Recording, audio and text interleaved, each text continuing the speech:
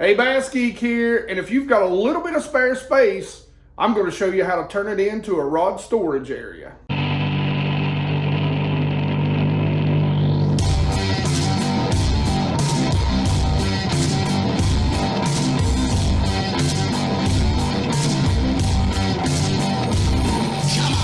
All right, guys, here we are in BassGeek headquarters. Got some new pegs in. I only ordered 150, so one thing you'll need to know is that's 350 pegs. Okay, so even on a 8 by 12 wall, you're going to need a lot of pegs. Okay, so don't have the baits up here. That stuff's still at my mom's with my boat where we've moved in. But as you can see, we've got a little bit of a mess in the bass cave right now. But what we're doing is we're doing some organization with some stuff that's already here. And one of the things that I want to do, come along with me, I'll show you. It involves those two pieces of wood, actually just one of them. I went a little overboard.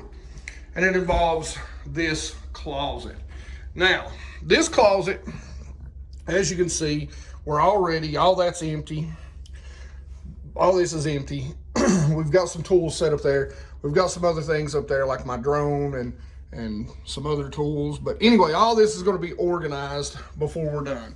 By the way, there's my shirt that all the pros, there's Tommy Biffle. Let's see who else on there's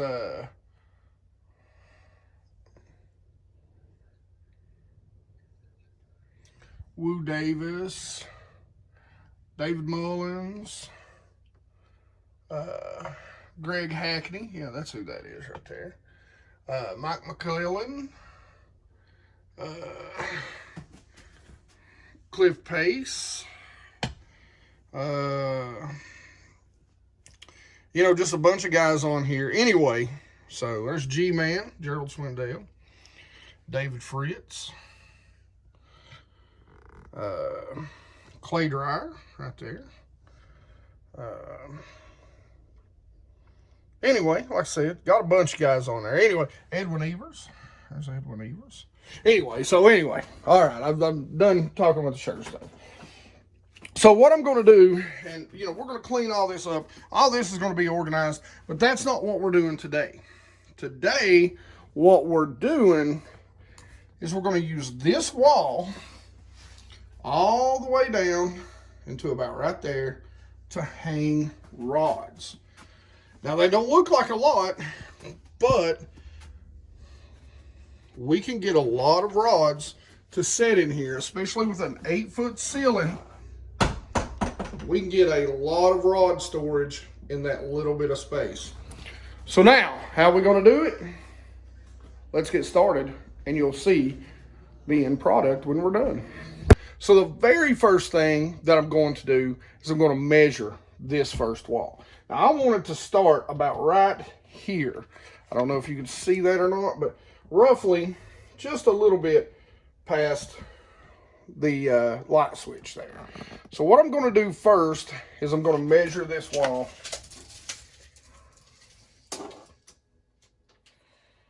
And that looks like about 4'6", okay? So then I'm going to measure the back wall. And we're going to go with about 2 feet. So we're going to need to cut that board into one section that's going to be 4'6", and in another section that's going to be 2 foot exactly. And that is where we're going to actually hang our hangers, and I'll show you those that you can get real cheap and they're real easy. But this, for whatever reason in the closets, this may look like paneling, and if you had paneling, you could easily just screw in, but this is actually drywall. So the problem is screwing in each individual little clip.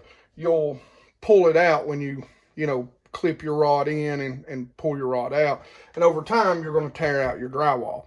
So what I'm going to do is I'm actually going to put a board across. So the next step now is to find our studs. Now, since this is the same exact wall that we actually hung our stuff on, our slat wall, we know this should be a 16-inch center, okay? So every 16 inches, once you find the center of one stud, should be the center of the next stud.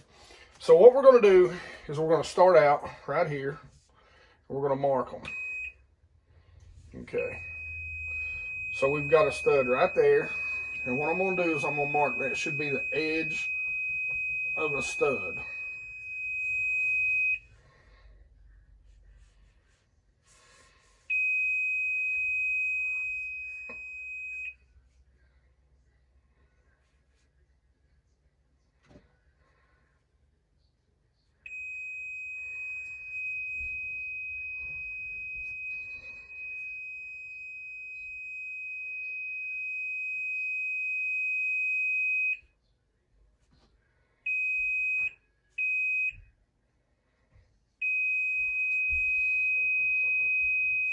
So our stud center should be about right there. I'm going to have to sharpen my pencil. All right, guys, so we've got our two pieces cut. Now, with small pieces of wood like this, a lot of times you don't want to just drill in. So we're going to pre-drill some holes into this. That'll keep it from splitting, okay? So we're going to pre-drill some holes, and then we're just going to take some good old wood screws and drill it to the wall.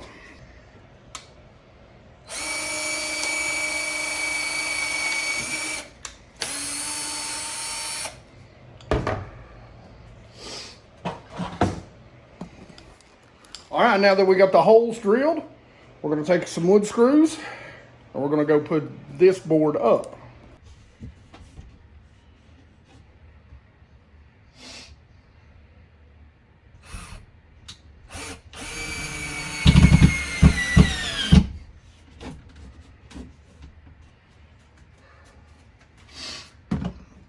Screw number one.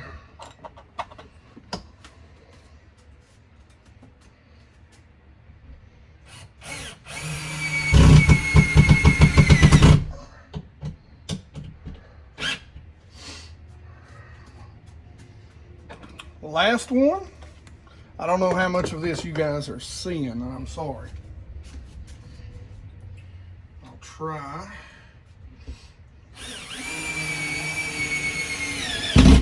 There we go. Solid as a rock. Now board number two. All right, sorry, I know you can't see a whole lot, but basically I'm going to show you this is what we're doing right here.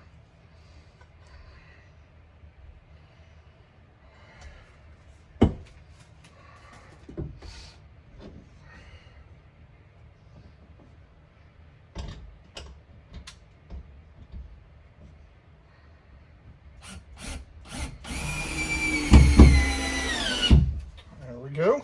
There's one.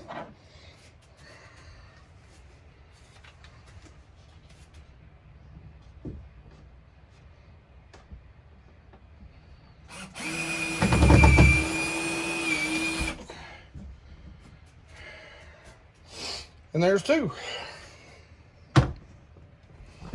So we're in, good and solid. So what I ended up buying, I found on eBay, and this is a little handy dandy thing. Man, rod holders are stupid expensive.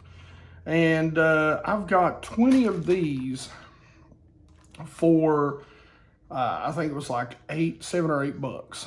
And that's including shipping. And that's these little things right here. They come in a little bag. I actually bought 2 packs of them because most rod holders have a bottom on them. Well, I don't want my rods to sit in a bottom, so I don't want them on a top and a bottom and clip them in. What I'm looking for is for them to sit on the floor with the bottoms or the butts of the reel handles and just have something to clip those excess rods in when I don't have them in my boat, or maybe it's not the right time of season. So this is what I'm going to try, and you guys are seeing me try this in real time. I'll give you, a review on it eventually, keep you up to date. So what I did is I just went and got me, you know, some little wood screws here, and hopefully we're just going to put, there's 2 in there, but the goal is, you know, really just to get 1 through, and being that it's all tight, it might be harder than it looks. So let's give it a whirl. So one thing I am going to do is I'm going to get a couple of rods in here with the reels on them. I may store them, and I've already tried this, but I'm going to make sure kind of how the eyelets line up. And I'm also going to make sure how many I can get in here without, you know, having them kind of leaning each way with the reels on. So it won't be just rods, it'll be rod reel combos. So what I'm going to do is I'm going to kind of mark as we go here. So let me get you situated where you can kind of see. And basically what I'm going to do is I'm just going to come out here. We're going to start about right here. And we're going to say, okay, so that's about how far we need to be. So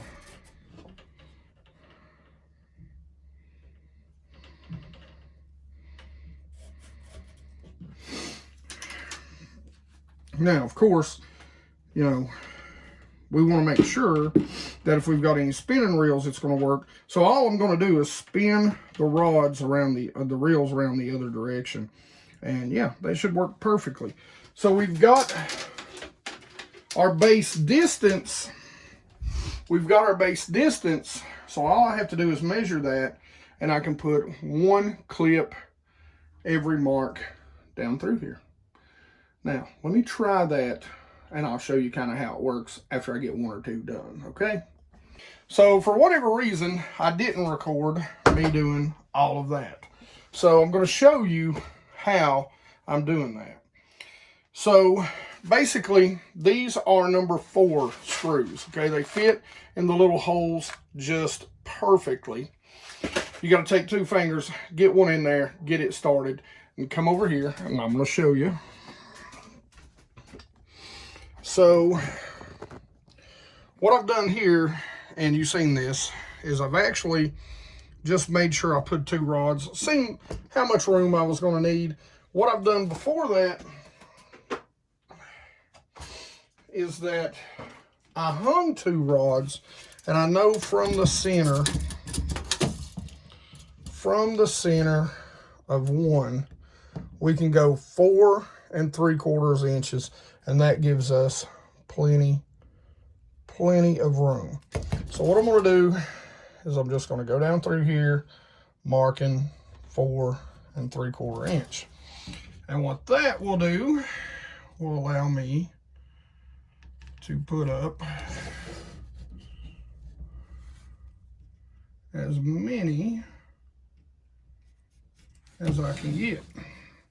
And since this is the last one, we will put 1 right here on the very end. So it'll be a little shorter, but the handle will point out this way. May not use that one because of the clothing, you know, the rain suits and stuff. But now I'll show you how simple it is to drill them in. Like I said on the first one, you just want to get it as centered as you can. Now, be careful about countersinking on these. This is plastic, and it will just bust right through. So, anyway, like I said, this is just a good, quick, cheap. These things literally cost me, I think it was like $8, $7 or $8 for a pack of 20. I can get 18 rods stored in here. You know, I can't get any more here behind the door, but up to 8 foot tall, you know. So, I mean, plenty of room for 90% of your rods. You can see how they all come together. Again, forgive me, I've got a lot of stuff that won't be in here.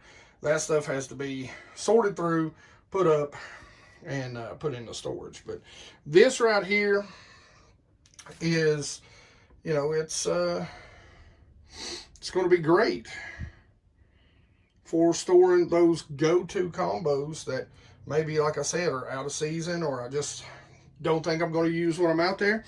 And like I said, the great thing about it is I've got, you know, plenty enough room to stand here and walk and get in and out of this closet. You know, we've got a lot more organization to go on. You know, probably not going to make videos on every single ounce of it, but you again can see, you know, we've got a lot of stuff. And you can put your TRC rod covers in there to help protect. They fit in those little things perfectly. I will have links in the description to those things. I think those boards cost me maybe like $3. So for an 8-foot board, you can paint them, you can stain them, you know. Why am I not doing it out here? Because most of this stuff is going to end up being that stuff right there. It's going to end up being more slat wall as time goes.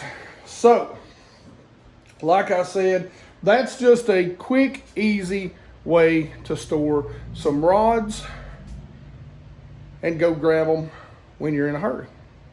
All right, as always, guys, questions and comments in the comment section below. By the way, for those of you that watched all the way through, be sure to check out the Columbus, Ohio virtual expo. It's $5 a ticket, but you get access to 2 days. I don't remember how many hours worth of seminars in which myself and Debo will be doing seminars. I'll be doing one on Sunday, February the 14th, so make sure you tune in. The more you guys show up, the better it is for me, of course. Plus, you're getting expo prices while you're sitting at home on your computer. So, huge, deep discounts. And what's even better that it's a virtual is that you don't have to drive to be there, guys. It's all online. So if you're in Texas, if you're in California, if you're in Georgia, you're in Alabama, you're in Virginia or East Tennessee like me, Virginia and East Tennessee, Southwest Virginia, East Tennessee, all you got to do is get on your computer. You get to watch professionals and some of us YouTube guys talk about fishing all day long, maybe teach you some things that you don't know and haven't seen, and you get to find some baits that's maybe specific to that Ohio, you know, northern section of the country that you can bring down to your section and those bass haven't ever seen before. So like I said, I believe it's $5 a ticket. Don't hold me to that. I'll check it out. But guys, it's going to be awesome. You're going to be able to find some massive, massive show quality sales and deals. And if nothing else, you get to hang out with me for an hour on Sunday. We're going to be talking about some Damiki rig and we'll be taking your questions. So make sure you go check it out, the Columbus Fishing Expo. All right, guys. As always, questions, comments in the comment section below. You guys know I love to talk fishing with you. Please ask me anything or give me any suggestions about the room. Now, the one thing about the room I want you to know before you give me suggestions is that this is going to be a work room. That's going to be all about work. It's going to be all about work. So it's not really going to be a man cave. It's going to be a bass cave, which means it's about working to go catch more bass.